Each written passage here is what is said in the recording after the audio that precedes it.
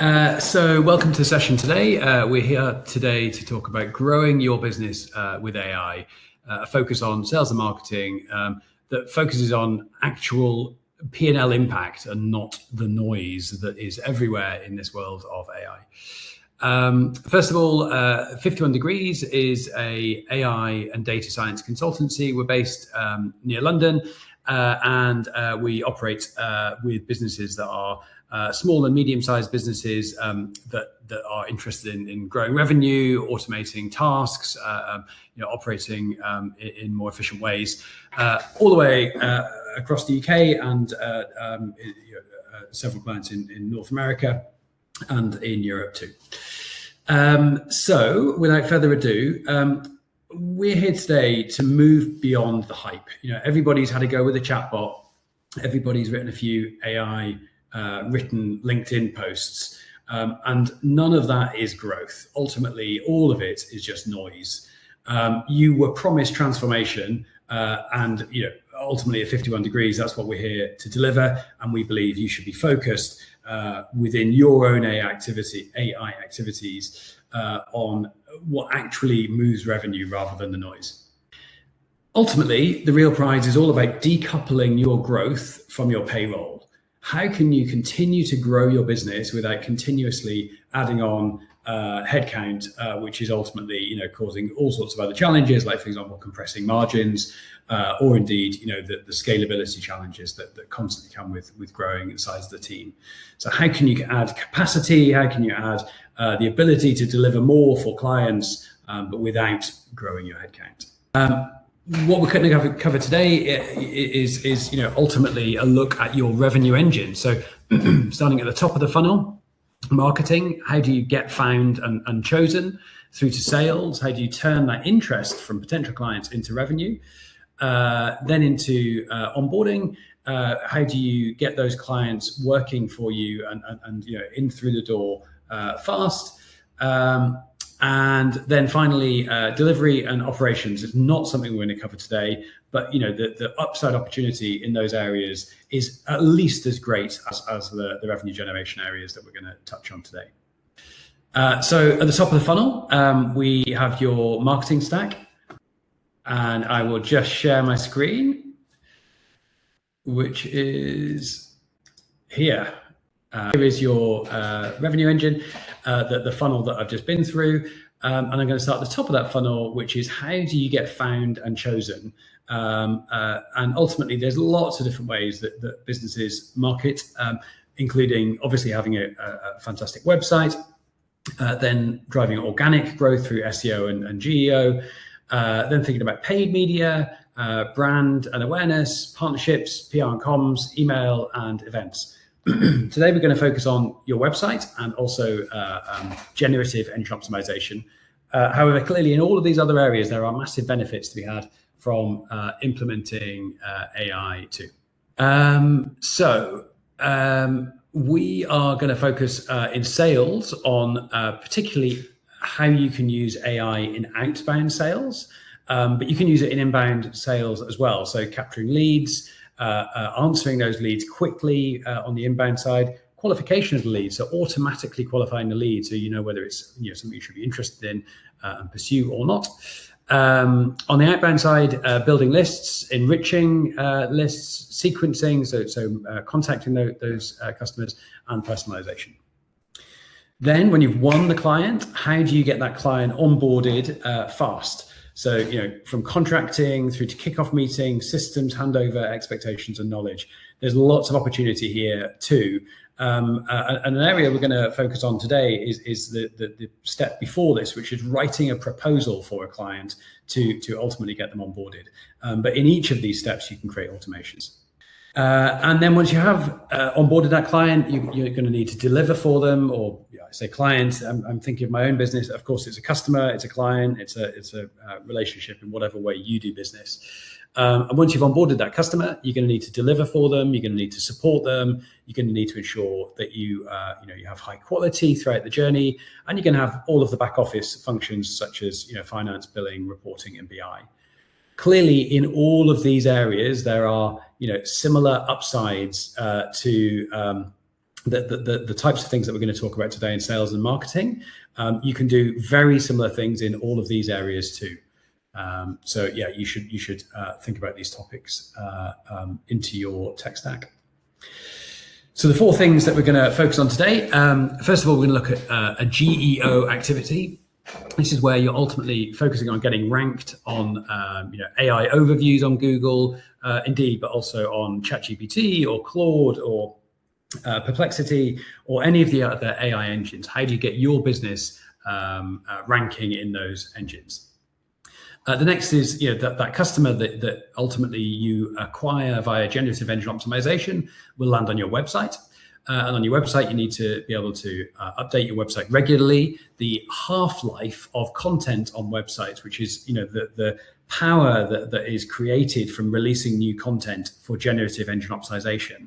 After 1 month, the power of that content is reduced by 50%. And so ultimately, all of the content you produce degrades continuously. And so therefore, you need to produce a lot of content in order to be able to rank by these models and acquire customers in that way. We're going to have a look at outbound and how you can ultimately use outbound in your business. And we're also going to look at onboarding. As I said, how can you get rid of the sales admin, things like writing proposals, writing contracts, and all of the other things that are required in order to onboard customers and clients. So the inertia tax, the cost of acting is real. If you want to implement AI systems in your business, it is going to cost you money. Those AI systems are, at times expensive to implement because you're going to have to put a lot of brain power behind doing this. You're going to have to apply some of your best people to get these systems working well. And then you're going to have to pay for the systems. And of course, there are costs involved with all of that. However, the cost of waiting, the cost of doing nothing is also extremely expensive. An unproductive team or a team that isn't able to fulfill the opportunities that are in front of it is costing you, far, far more than the cost of your AI implementation. However, those other costs are often, not necessarily visible. The cost of a team running at 50% of their efficiency because they haven't implemented these tools isn't visible because ultimately you've always paid those salaries and you've always had the team producing that amount. We think it's really important that you try to consider when you're thinking about the costs of implementing these systems, what the downside of not implementing these systems is. The cost of waiting is significant. So as I said, we're going to focus on GEO, website, sales and onboarding. But what is the tech stack that we're using in those areas? We are, 51 Degrees is a technology agnostic organization. We recommend that clients use the best tech for them, and often that's varied. However, the tech stack that you see in front of you is a tech stack that we use for ourselves, but we also think that is a very solid starting point, and we'd recommend all of you exploring these tools. As you can see, there's one thread running through everything, and that is Claude. Claude is an AI platform. It's very similar to ChatGPT. If you're not aware of Claude or you don't use Claude already, I very, very, very strongly recommend you take a look.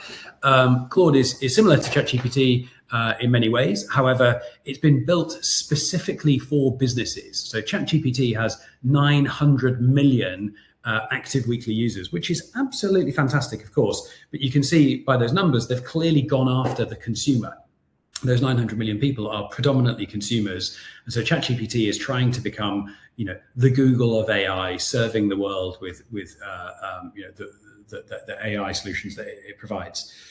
Anthropic, which is the owner of Claude, have gone after the exact opposite market. They've gone exclusively after the business market, and therefore they've produced a ton of tools that will help you and your business immediately. There is the typical Claude platform, which we're going to do some demos on today. There's also a tool called Claude Design. Claude Design is, essentially like it is what ChatGPT is to a Microsoft Word document versus a Claude Design is to a PowerPoint document. Claude Design enables you to design anything from natural language, so you can write your prompts into Claude Design and it will build designs for you without you having to go through and sort of, with a fine-tooth comb moving all of those pixels around. The next really important tool is Claude Code. Claude Code is ultimately a way of writing software code, but that sounds scary. It's going to become less scary as time goes on, because more and more non-software engineers will write code in the future using things like Claude Code. Then GitHub, which is a technical tool, which you may or may not use in the future, and Vercel, which is a platform for hosting websites in a very modern way. This is all hopefully going to come to life for you later in the session. So if you're looking at me boggled right now, don't worry at all. Hopefully it will all come to life. On the sales side, we're going to talk about Claude again, but in this case, we're going to demo some Attio implementation, and also it's important to think about tools like Clay. Clay is a platform that enables you to go and enrich data, so you can go and acquire a user set of potential customers, enrich the data against those users, so you can then ultimately communicate with those users and try to onboard them. And then finally, within onboarding, again, another suite of tools, again, Claude, again, Attio, and in this case, Granola. Granola is a transcription service. In many platforms, like, for example, Google Workspace, you get transcription as part of the service. However, Granola is a supercharged version of that, which gives you a lot of other benefits. We very strongly recommend you having a look at it. Okay, so the first live demo. Ultimately, generative engine optimization, as I said previously, is all about getting your name answered into the AI platform. So when someone searches about your industry, so if you are a plumbing business, or you are a marketing agency, or any other small and medium-sized business across the UK, users will be going on to Google or ChatGPT or indeed Claude or Perplexity, and they will be searching into those platforms using the AI functionality on Google, or indeed just the normal functionality on the rest of them. And they might say, I need to buy a boiler and I live in Warrington. They might say, I need a window cleaner and I live in Shrewsbury. They might say, I need a digital marketing agency and I live in Nottingham. Ultimately, what you are trying to do is get ChatGPT and all of the other platforms to respond to say, ultimately, if you want a digital marketing agency and you live in Nottingham, you should use this firm. Or indeed, as I've done, as you can imagine, if you want an AI consultancy, then you should go to 51 Degrees. Ultimately, generative engine optimization is a way for you to achieve that. It's, the name generative engine optimization it comes from search engine optimization. It ultimately has a lot of similar concepts involved. So SEO and GEO have a lot of similarities, but there are some differences as well. And the way I'm seeing GEO at the moment is it's ultimately a little bit like the internet in the early 2000s, when it wasn't hugely congested. And ultimately is a huge opportunity for you to grow your businesses using generative engine optimization, because many of your competitors won't have got there yet. Clearly, it's an opportunity to make hay while the sun shines. It might not last forever, but if you can get 2, 3, 4 years of good growth out of it, then why wouldn't you do that? So as a live demo, I'm going to move over to some other stuff here. So here is the 51 Degrees website. I'm going to talk a lot about this today because I'm going to keep on using 51 Degrees as essentially a case study for what I'm demoing, and the website is going to be an important part of that. But in terms of generative engine optimization, there are tools out there, and a lot of these tools are brand new. This tool is called Tracker, spelled TRAKKR.ai. If you are interested in generative engine optimization, I very strongly recommend that you use Tracker. Ultimately, it's a great tool. It's also pretty cost effective for what it does. Some of the other competitors in its space charge, up to $400 a month. This one charges about $80 a month, and so ultimately is a really good cost-effective tool. And what it does is it basically takes the prompts that you want to rank for. And so when you can see in here, there's a load of prompts that I'm interested in ranking for, like, for example, the top 7 AI strategy consultants for financial services, or best AI consultant for small and medium-sized businesses, or Claude implementation partner for UK mid-market. It takes all of these prompts. These are the things that I want to rank for on ChatGPT and Claude, et cetera, et cetera. It then runs those prompts on all of the AI engines every night. So you can see them here, Perplexity, Google, ChatGPT, Claude, Google Gemini, etc., Grok. It runs those prompts on all of those engines every night and then tracks your performance against them.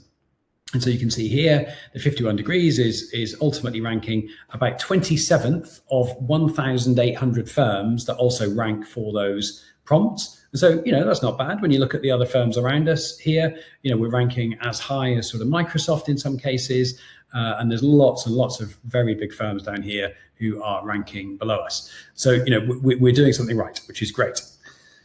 How do we get to that position? How do we ultimately enable ourselves to rank in those positions? Well, ultimately, you need to have high quality content on your website which answers the questions that users might input.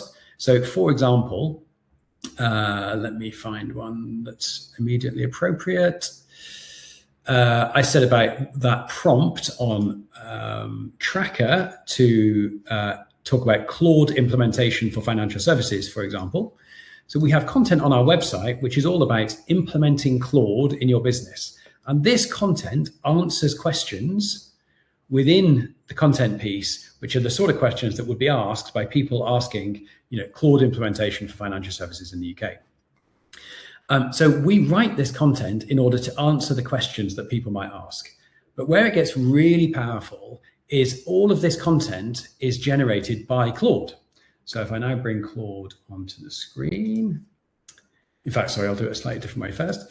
I'll show you first of all the prompt that I'm going to use here. So what I'm going to do is write some content in real time with you today, which I will eventually publish on the website as well. So you can see the prompt here is use my blog skills to brief and write some new content for the 51 Degrees website. The topic is how to grow an SME through sales and marketing initiatives. Use the content of the presentation I've delivered, the source material, and funnel the content, etc. Recommended tech stack, and pull our live GEO gaps and question data from Tracker to shape the angle and structure. So I'm going to copy that prompt.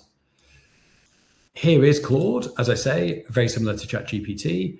I'm going to go ahead. I'm just going to make sure the connect are switched on. They are. That prompt.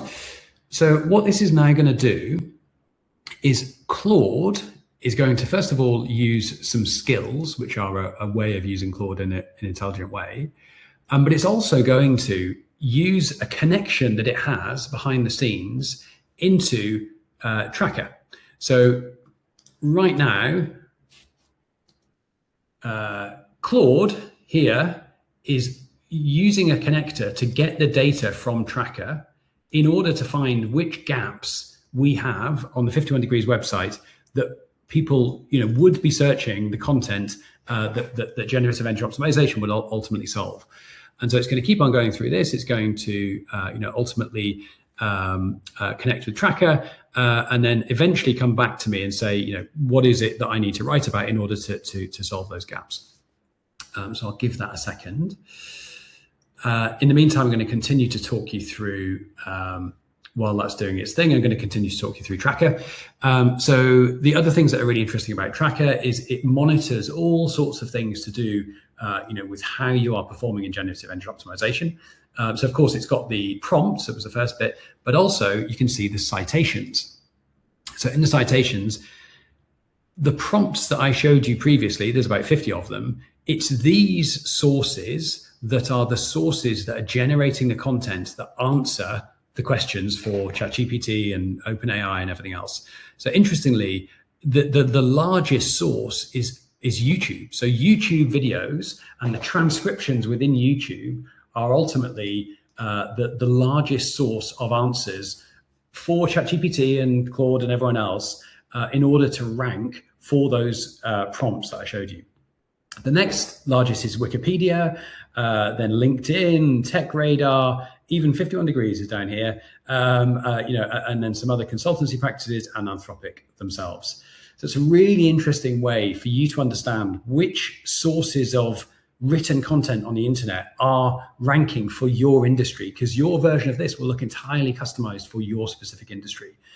So visibility is a really, and the citations are a really important concept. You can see all sorts of other things here. You can see how many times AI engines are hitting my website. And if I go, I changed something on here the other day. So it's going to be slightly out of date, but you can see, if I set this up correctly, every day there are hundreds of visits from ChatGPT or Claude or Amazon or any other AI crawler to my website to get content. So in the last 30 days, there's been 4,000 visits from one of those platforms to the website. So you can see how important it is to then make sure you're serving them the right content. They're coming looking for that content. And if you can give them great content to go to return with, then ultimately they will feature you in their responses. Yeah, very strongly recommend you take a look at Tracker, especially if you are interested in generative engine optimization. I think this blog piece is getting close to the next step. It is. So you can see here that it has now pulled the Tracker data. It's looked at the prompts that I gave it, which was this original one around writing content for SMEs. It's then seen where I have gaps that might be similar to that. And I'm going to highlight that I'm interested in I'm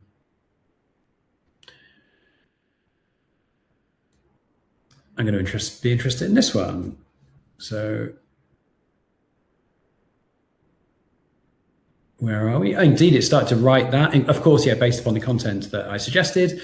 And indeed, it is writing this content. What it's done is used personalized opinion from my website. One of the really important things about writing content for your website using generative engine optimization is if you write a load of AI slop, then ultimately, the search engine, the generative engines will, even if they do rank you for a short period of time, sooner or later they will blacklist you, and then you will not rank well at all ever again.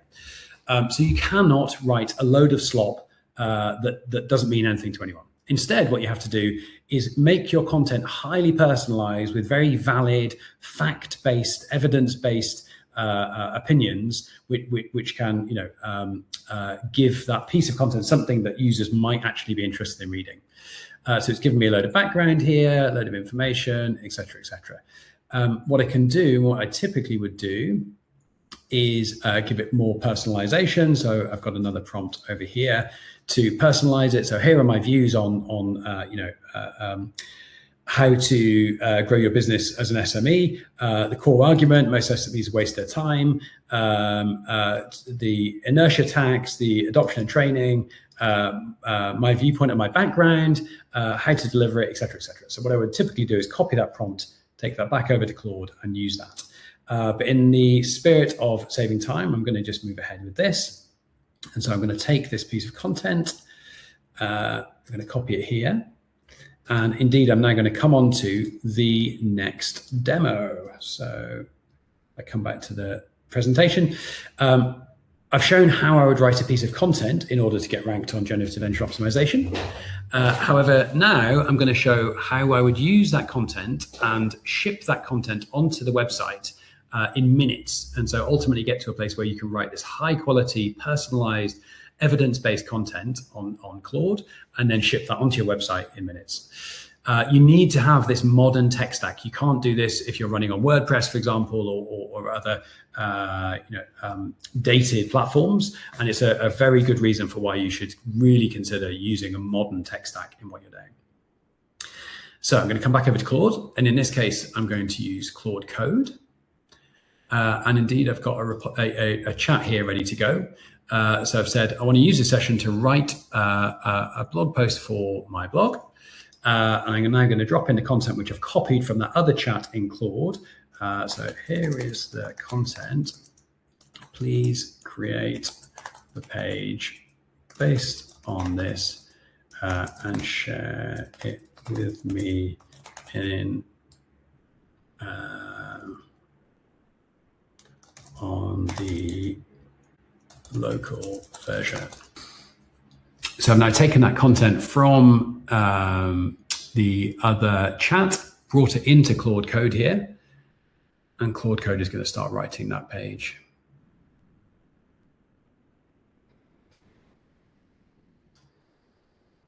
Once again, I imagine that's going to take a few minutes, so I'll continue to talk through.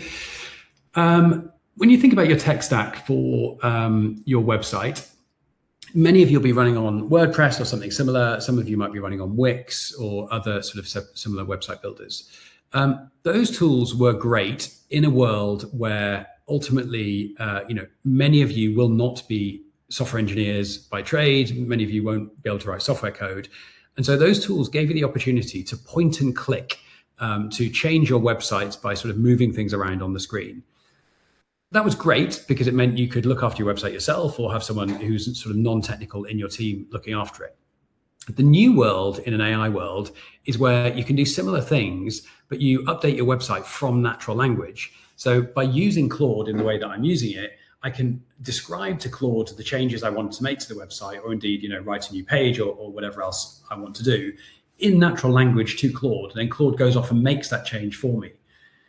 That becomes hugely powerful because what you might have found with WordPress or anything else is ultimately you have huge limitations and you're constantly accepting compromises because you really want it to look like this, but it can't quite do that, or you don't quite know how to do it. Or you want to use, a certain type of graphic or a certain type of, interaction, and you just quite simply don't have the capabilities to create it. By using Claude Code and Claude in general, it will do all of the hard work for you. So ultimately, you have infinite configurability and the ability to essentially create websites that only a very high quality software engineer would have been able to do in the past. But instead, you can create them yourself using Claude Code, which is hugely powerful. The effort involved in moving to that tech stack is ultimately no different to setting up something like WordPress in the first place. So, like I said at the beginning, there is a cost involved with doing all of these things. It's going to take some of your best people a good chunk of their time in order to do that work, to get you set up on Claude Design and Claude Code. However, when you get to the other side of that work, you ultimately can then update your website, add new pages, and anything else you want to do on your website really quickly and easily, as hopefully I am about to show you. And so, the investment of that energy in getting onto that modern tech stack repays itself in no time once you're on the other side, and you can then start using these tools, for your day-to-day activities. So let me open the page.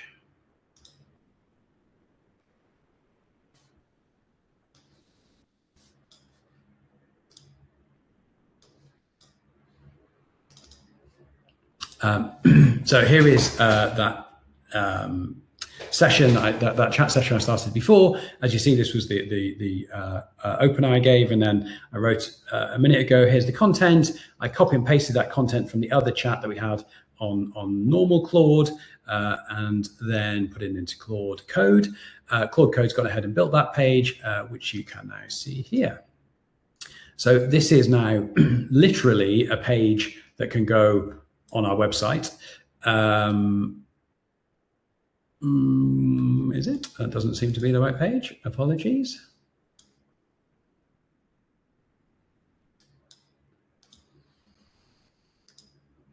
Love a good live demo. Always going to cause you an issue.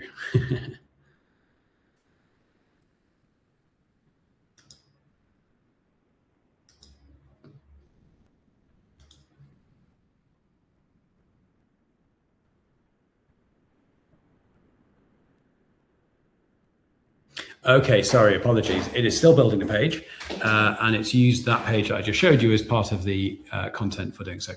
Okay, we'll come back to that in a second. That is one of the things that's actually really interesting. I'll keep that here for a second. When you're using AI effectively, I often think about using Claude or any AI tool effectively as having a new team of people who are working with me and ultimately doing the work that I want them to do. And the way the reason I describe it like that is ultimately these tools often take several minutes and sometimes half an hour to do the work that they need to do. And so therefore you can't do the work in the way that you used to do it. You potentially would have done work previously. If you're going to write a PowerPoint document, you'd write it slide by slide by slide and you just keep on going until you finished it. Whereas in the modern way of working using Claude, ultimately what you end up doing is having several pieces of work going on simultaneously and then nudging them in the right direction one after another. This is a really good example of it.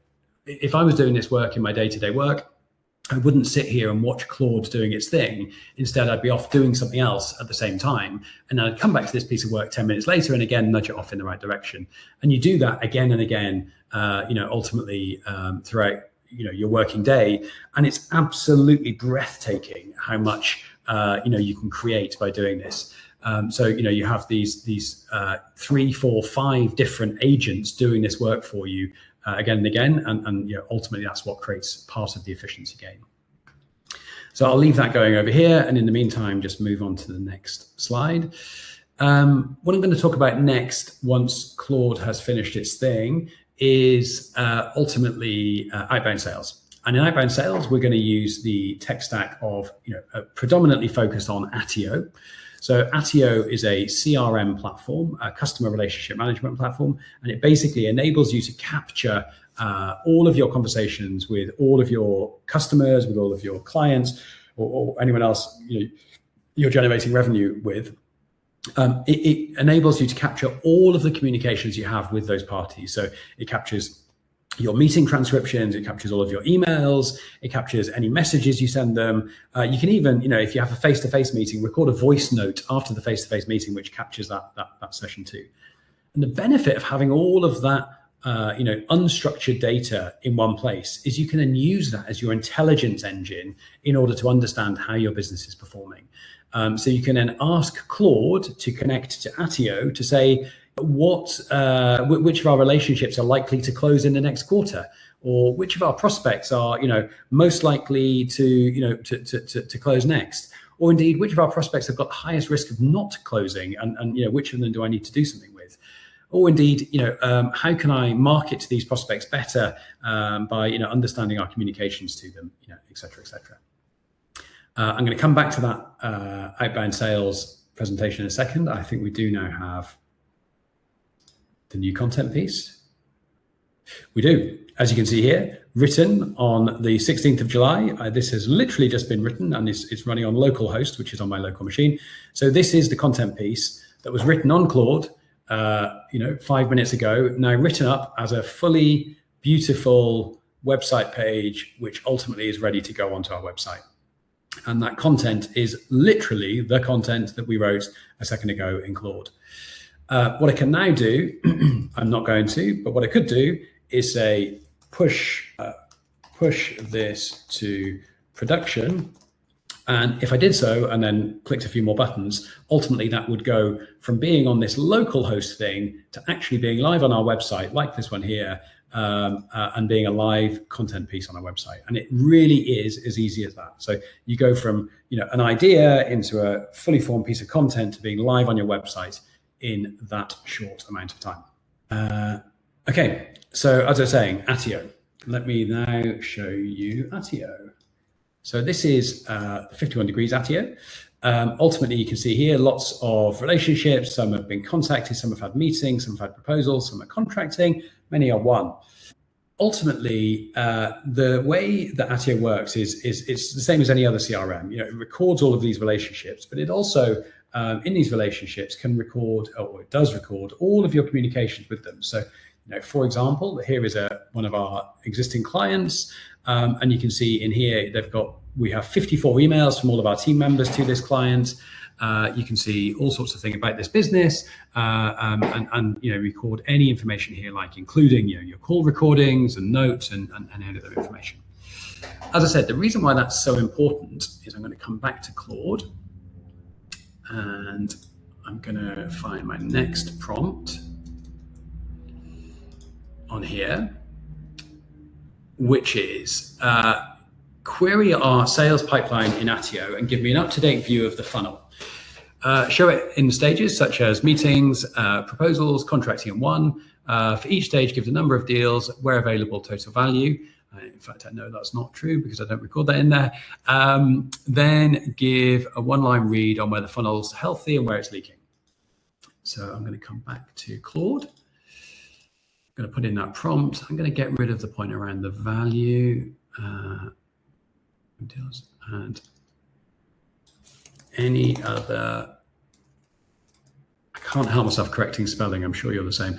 Any other relevant information that you find interesting.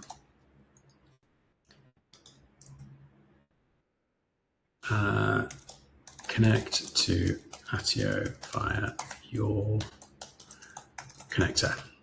So in much the same way as Claude previously was talking to Tracker in order to get the generative engine optimization data, in this case, it's now talking to Attio. You can see here, it's pulling the data from Attio.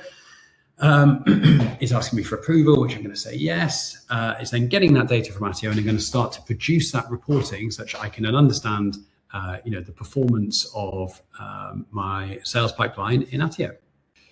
Once again, it's probably going to take a few minutes. And so at this point in time, in a normal day, I'd be off doing something else, probably continuing the blog piece or another piece of work that I'm doing.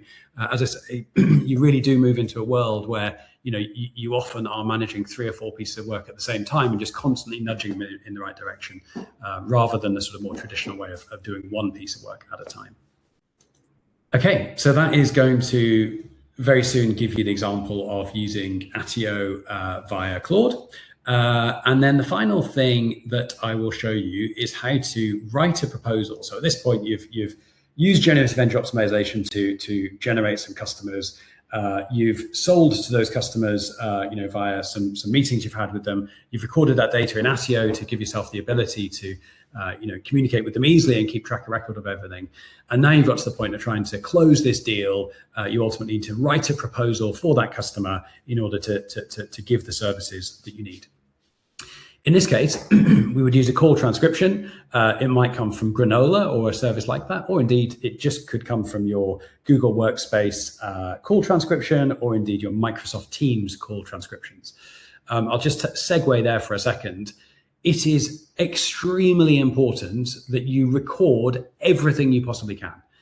You should record all calls, all meetings, all emails, any other communication, because all of that unstructured data becomes really powerful in the world of AI.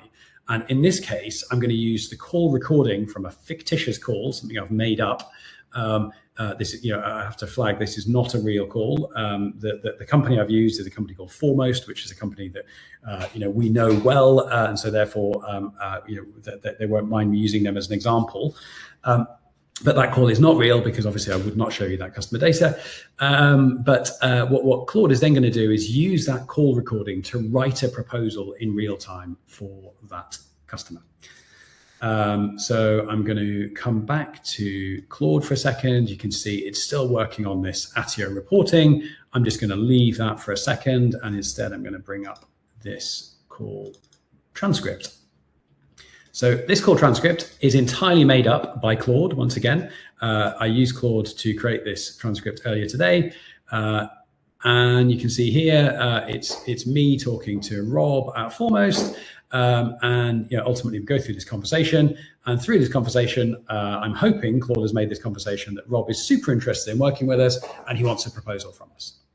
So I'm going to close that that transcript, and I'm going to come to Claude. I'm going to come back to my overarching project.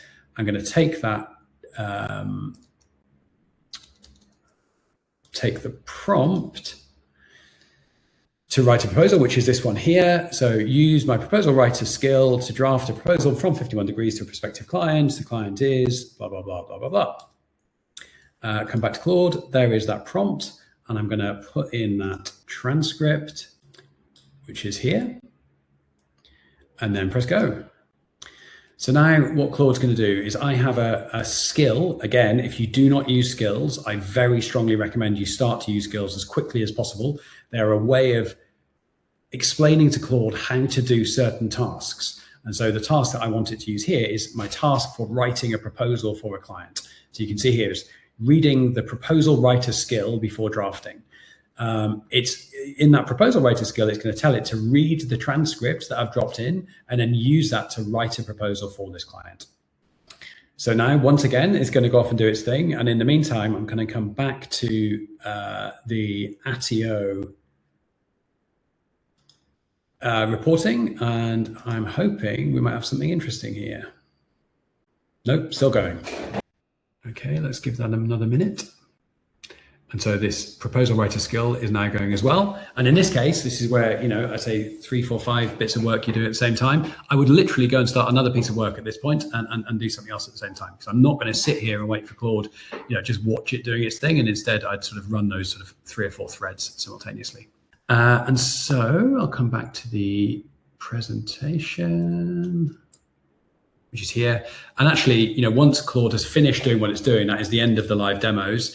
But I'm conscious we've got a couple of minutes left before the Q&A, so I just want to sort of get through the rest of this presentation, and I will show you what Claude has achieved after that. So how do you do this? What are you going to do tomorrow differently to implement AI to drive sales and revenue growth in your business? The first thing is you need to become a black belt, and I'm talking about you personally. I very, very, very strongly recommend that you start to use Claude or ChatGPT for as many things as you possibly can to become very competent in using it. The crazy thing about this technology versus any other technology in the past is if you have a problem and you don't know how to use it, you can literally just ask it to figure out the problem and it will solve it for you. So at any point, when the internet first came around or computers first came around or any other, shift in technology in the past, when you got stuck, it was really difficult. And you'd sometimes find yourself on a blog or a forum or somewhere trying to answer this problem and you didn't know what you were looking at because you didn't understand any of it. The amazing thing about AI is you can ask it to solve your problems. If it's, learning about something, if it's you're stuck with something or whatever it might be, use AI to solve that for you. So the thing that I recommend to so many of our clients is, so many people, anyone who's willing to listen to me, to be honest, is go on to Claude and tell Claude how, your level of competence with AI at the moment, and then ask Claude to write you a training plan. Tell it how many hours you've got available. So say, I've got 3 hours a week available, and I want you to write me a training plan over the next 3 months where I go from where I am today to being really, really good at Claude and AI in 3 months' time. And it will literally write you an amazing training plan that you follow week after week after week. And if you do so, you will become amazing at using this tool. And if you really invest in it, then you will become amazing. So become a black belt. But that is not just you. You have to get your leaders to do the same. It's really important that this is led from the top in your organization. I'd also very strongly recommend that you get a small cross-functional team across your business. So the people who are the most technically capable, who ideally are good communicators across all of the teams in your business. So, if you've got a marketing team and a sales team and an ops team and a, logistics team and a warehouse team and whatever other team you've got, find one person in each of those teams that is technically capable and progressive in the way that they think, and get them to also become black belts in using your tools. This is not, you've got to commit you've got to commit real time to this. This is not a side of desk thing. It takes a material amount of time to get good at this. But when you do, I am very confident you would be able to double the size of your business with no additional headcount. So it is extremely worth the effort of getting very good at using these tools. But as I say, it is not a side of desk thing. You have to give it material headspace. Use a modern tech stack. If you are using a legacy tech stack, like for example WordPress, or writing everything in PowerPoint files, or using a clunky old CRM like Salesforce or HubSpot or any of those big old boys that ultimately that they're really, really clunky, I very strongly encourage you to get rid of it as quickly as possible and use a modern tech stack. When you do, all significantly faster, significantly easier to implement, and really, really powerful. So if there's any piece of tech that your spidey sense is telling you that tech is clunky and old, you're almost certainly right, and I very strongly encourage you to try and move to a modern version of it. The final thing is iterate fast. Ultimately, don't spend 3 weeks trying to finesse something. Break that problem down into a smaller task and try and release something, deliver something of value every day. Ultimately, spend a few hours, get something going, spend a few more hours, get something else going, and keep that very high energy and high cadence. Because if you get stuck in a rut of spending 3 or 4 or 5 weeks doing something, if you've gone wrong and you've gone down the wrong path and it ends up being a waste of time, there's nothing worse than that feeling. So I very strongly encourage you to iterate fast. Okay, I'm going to come back before my sort of parting moment. I'm going to come back to Claude, it has now indeed written this proposal. The proposal is for Foremost. You can see here the solution that was all encapsulated in that meeting transcription, the work streams, the implementation plan that we discussed, who's going to be involved, why you choose us, and then on to the commercial structure. So I would then say at the bottom of all of that, turn this into a Word file for me or a PowerPoint file, and it would give it that sort of finesse of looking beautiful as well. And then the other one that I was working on was the Attio pipeline. And indeed, you can see here. Okay, so we've got 57 prospective clients at the stage meeting. We then have 19 in proposal. We have 2 that are contracting and 19 that have recently been won. It then goes into lots of other stuff there, which I probably can't show you because it's going to expose lots of client information, but it's going to go on to the analysis previously. So this is where I used Claude to connect into Attio in order to analyze my sales pipeline and understand what was interesting and what we should focus on in there. Okay, so as I say, one final idea. Ultimately, the winners won't be the firms that have got the biggest team in the future. They will be the firms that use small teams as absolute black belts who are using this technology to the absolute fullest and ultimately operating and producing the amount of work that a big team would produce. I really strongly believe in that concept. I would much prefer to have, a small team of very high performance team members focused in these tools than a large sprawling team of people using traditional tools and traditional functionality. So that is my belief going forwards, and one that I think will benefit you as a business. Okay. So this is the point where normally there are no questions, but I will ask, are there any questions?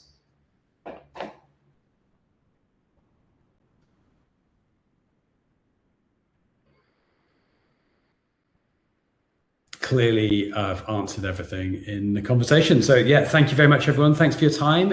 If you have any thoughts on AI, you should join AI for Growth. Engage with the community. There's lots of fantastic materials in AI for Growth. There's peers. There are people like you who are trying to adopt this technology, who ultimately you can ask questions with. It's a peer support network, but it's also events like this one for trying to demonstrate to you and other businesses like yours on how you can adopt AI. So thank you very much for your time.